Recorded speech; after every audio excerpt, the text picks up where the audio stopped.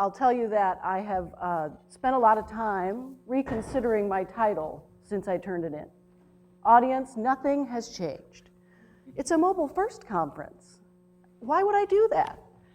It might have been slightly after the deadline when I thought it up. I also wanted to do something that was a little bit more provocative or compelling, but I may have, at least for a little while, I painted myself into a corner. Especially after reading all of your bios and all the things that you're doing, so many of you taking advantage of everything that is changing and is so cool. So I turn to the stuff that we do, which is research and consultation across all kinds of businesses to look for information that supports my premise, right? For those of you in local media businesses, you know us as people who have partnered with you in your newsrooms for the last 60 years, looking at your audiences, trying to help you figure out better ways to attract local news viewers, newspaper readers, make transitions into media businesses, those sorts of things. We do a lot of other things as well. Over the last probably 20 or 30 years, our business has expanded in all kinds of ways. So I went looking at all parts of the business, trying to find information that supports my premise that nothing has changed. Just to give you a highlight, we do a lot of work in sports, NASCAR, the Boston Red Sox. We're doing some media work for the Cleveland Indians. That's sort of the idea is how do you get people in the seats when winning wasn't an option? Well, hey, I'm a Royals fan, okay? I can say that. We do a lot of video gaming work, so EA Games comes to us and says, should we make a game out of this or should we make a game out of that? We help them figure out those sorts of things. We do a lot of work in consumer brands. General Mills came to us and said, we've got a lot of individual brands, but we really want to be the thought leader in food. We want people to think General Mills when they think about food. I'm not sure that was totally successful, but we did learn a lot about consumer packaged goods. We've done a lot of work in the internet and mobile. Many of you are old enough to remember that CD that you used to get in the mail from AOL when they wanted you to adopt it way back when. I just want to personally apologize. The research showed that was the best way to get people to adopt it, and it was. But once you did adopt it, we had no way at that point to figure out that you already had. So we apologize. As Jim mentioned, I'm part of the Millennial Strategy Group, and so I also looked at the millennial work that we do. For the last 10 years, we've really been studying generations and how they fit together. And of course, what I found when I went there is that the audience is changing. When I say the word millennials, how many of you thought of people that look like this? Lots of people still think of them as little. They're not little. Millennials are not kids anymore. These are the plurals. They're the generation that's coming up behind the millennials. Just a stop here for a second and tell you, you're all probably familiar with helicopter parents. We were having a discussion last night about the challenges of hiring millennials, and their moms call and say they didn't like their assignment for that day. We've had people go and renegotiate their kids' contracts in our TV stations. Plural's parents are fighter jets. They are ruling by surveillance. So where the helicopters are hovering and they're going to sweep in every second to sweep up the way, the fighter jet parents are going to come in and it's going to be more like a precision strike. And often it will be more motivated by getting their children to respect them than it will be by getting you to do something nice for your kid. So I just want to offer that bit of reassurance for people who've managed millennials. There may be some hope because the new parents are more like coaches instead of confidants. So let's look a little bit at where the millennials really are, because this is critical to us now. So 37 million of the 87 million millennials are actually parents now. They're not kids, they're grown up. 17 million are what we call stable. So they're working, they don't have any kids. So we're talking about 63% of the audience that is, they've grown up. If this were a newspaper conference 20 years ago, we'd be confident that those people now had a driveway and would be subscribing to the newspaper, right? We'll talk a little bit about their news consumption habits, but I just wanted to set the stage for who those folks are. It's interesting because when we started doing this work, we had a slide that showed the audience in the 18 to 49-year-old demo, and we used to talk about how in the year 2014, way off in the distance, the boomers were going to be out of the 18 to 49-year-old demo. And lo and behold, we made it. And it is, in fact, having a tremendous impact. We are currently working through the data of a research project that we will be sharing with many of our local station and network clients at the National Association of Broadcasters Conference next week. So a couple of the things that I'm going to share with you are really just the high-level findings because that's all we've got at this point. So every generation's consumers are less loyal. I think you guys are all seeing that evidence, and some of the folks that we talked about yesterday really are embracing those things. They're using more platforms, there's no doubt. I'm not sure that anyone needed research to confirm that for them, but it really is true. And this isn't just the 18 to 24, 18 to 34. This is everybody, because the study went up into the 60s, so this isn't just the young people, it's everybody. They're mixing multiple brands. So for those of you who are doing really cool internet businesses, that's exactly what you're doing, right? You're you're sourcing material from everywhere to make sure, and meeting the need, making it easier for the people who want to know, 3 different stories on the mudslide in Seattle. And I'll triangulate what I think is true, right? So you're doing that. You're taking advantage of that opportunity. They trust the media less. Now, as part of the study, we actually asked people to rank journalists, lawyers, car dealers. I'm not sure if we differentiated between new car dealers and used car dealers. I'm here to tell you we did pretty good. Better than we feared, actually. So it's not, all hope is not lost.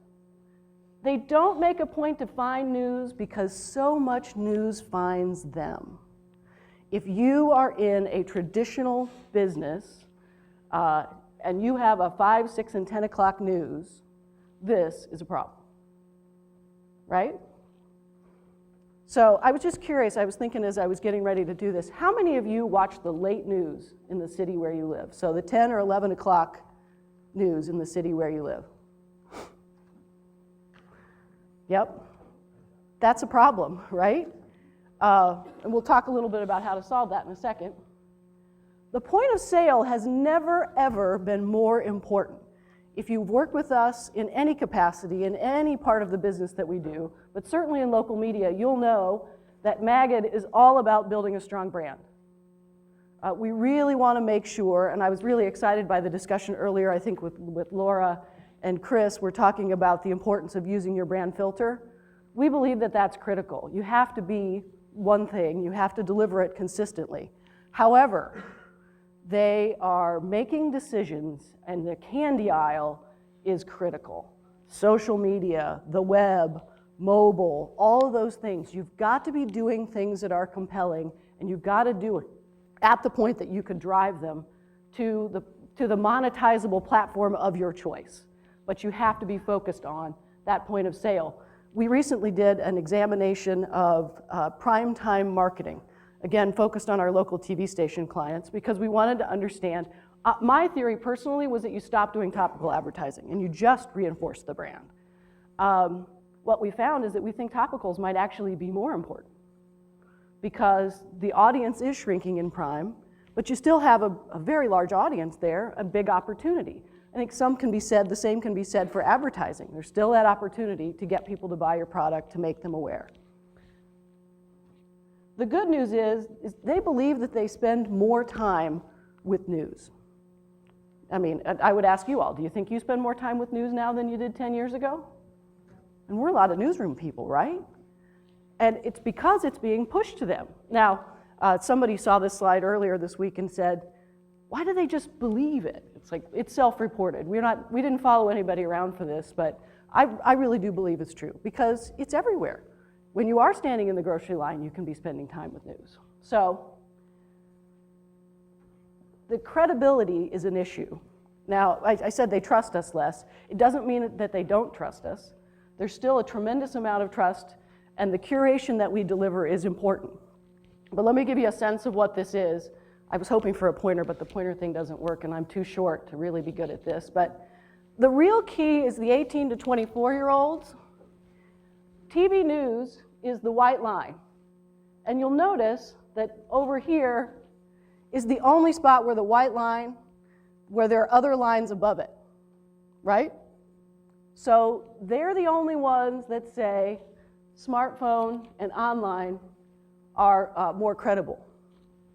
I wrote down a couple statistics because we also ask as part of the study, if you watch news, local news 2 times a week in the early or late evening, 55 to 64-year-olds, 83% said they did. Get down to 25 to 34-year-olds, 65% said they did. The 18 to 24-year-olds, 23. So the issue is coming. Granted, some of them it's a little younger. And the pace of change is changing. I mean, this really got depressing after a while. You know, the idea that nothing is changing, and all I could find were things that said things were changing. So I love this slide because it gives you a sense of how long it took certain technologies to take off, right? It's a little bit of an eye chart, but so here's the clothes dryer. It's 1930. Somebody invented the clothes dryer in what would probably be the late 20s. Here we go. Oh, that's the washer, sorry, this is the dryer. Woo, it took a long time to get the dryer. But look how long it took, right? It's like this.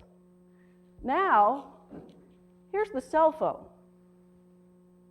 It's more, people say hockey stick, I think it looks like a rocket ship. It's like, straight up. But I think there's something that's reassuring about this. So think about the refrigerator. Also built in the late, looks like 20s, took off some time. Think about the guy who had the horse and carriage and he delivered ice. When you could make ice at home, he was out of luck, right? I mean, what's he gonna do? You got ice at home, you don't need him to drop it off. And I think the key difference between when that happened and what's happening here is all the stuff that you guys have been talking about for the last day or day and a half, which is the thing that we make is still critically important. And instead of thinking about all this change as killing television, what it does is it connects us to people in places that we could never connect to them before, right? You can turn off your television, and if you turn off your television, then 20 years ago, that was it. KCTV5 in Kansas City couldn't reach you. But with all these different ways, you can still get out. And that's the reason that I think that maybe something hasn't changed. The other good news is that 18 to 34-year-olds agree that news will become more important to them. They may not get a driveway and subscribe to a newspaper, but news and information is critically important. We've been seeing that all throughout our time studying millennials, and it continues to be true as they become adults. What can we do to get them to watch? Is Neil still here? He talked yesterday about relevance, and I told him I have data that supports exactly what he was talking about. So we asked, for you personally, please indicate how likely each of the statements below are to make you watch more television news. Stories that are more relevant to me. Lively or faster pace. Only the youngest, the 18 to 24-year-olds said that was true. Everybody else, the number one reason, it was number 2 with the young people, stories that are more relevant to me. I believe that the way that we conquer these issues, and many of you have said it already, is by making something great.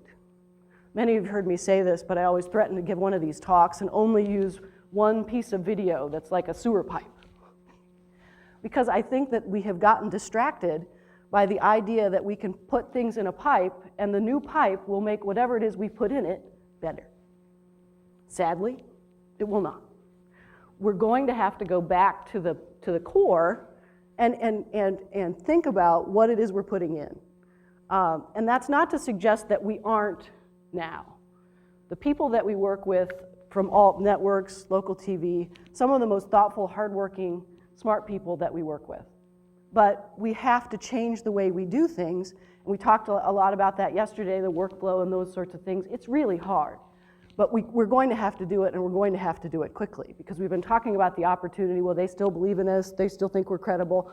All that stuff, we've been talking about that for 10 years, they still do believe we're credible, but we have to make sure that we're going for the best content in order to win, because it's the best content and the best package and the best point of sale that will win. So I submit to you,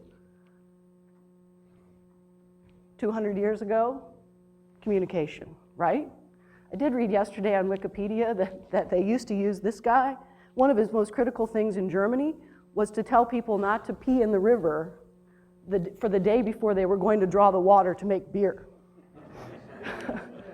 I also found out yesterday that there's like a royal order of town criers, and there are actually still town criers. It's like 250 members. So what he was doing, and what he was doing, and what these things do are the same. And it requires us to put the most important, please make sure the beer water is good, information into the pipeline, and that's the part that hasn't changed and won't. I'm open for questions. Questions for Laura? When you're talking about the types of content, the relevance obviously, is, you said, was huge. Do they talk about types of content, positive, negative? I just know from in the social world, I've heard millennials say, if I want to be depressed, I'll watch the local news. Grown-up people say that too. They do talk about types. Content research is really, really hard because there are so many iterations. Somebody said to me last night, well, you guys have gone around telling people that crime news is really important for years. Yes, we have. Because we've asked people and they've told us that crime news is really important too. I think it's more about what we cover. I think we've gotten to the point where even the crime news, everyone's worried about their personal safety. We do a lot of emotional and social motivator research. Why do people watch? Studying the emotional DNA of TV shows and stuff like that. And the deal is that I think we have to really look at the relevance of what it is, because, and I think there is a desire, millennials have a desire to be reassured. So it's not like a Pollyanna thing. We don't want to say, hey, only one person got shot today. That means, 399 million other people didn't. But to give it some context and to allow people to make decisions around it. I think a lot of what we do, especially in crime, for instance, is not particularly valuable. We don't give people the context, so they can't really use it. So. Laura? I think your firm has done work on the category I call brands as media, where like a major retailer producing content and then monetizing the audience they can attract to that content. Can you talk about trends with brands becoming media companies while media companies are trying to figure out how to become media companies? Yeah, so I think you're thinking about the Best Buy work that we did. Best Buy started an internal television channel and started making money at it. And really what it's about, and it's a lot of the work, that's why we did the work with General Mills, Best Buy, they understand that they can take their message directly to the customer, and they're looking for those ways to do it.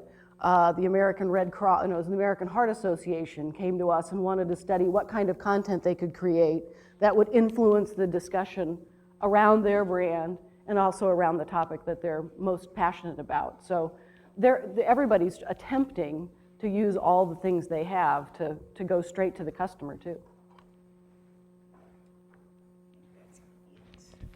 That's time. Laura Clark from Magid and Associates. Thank you.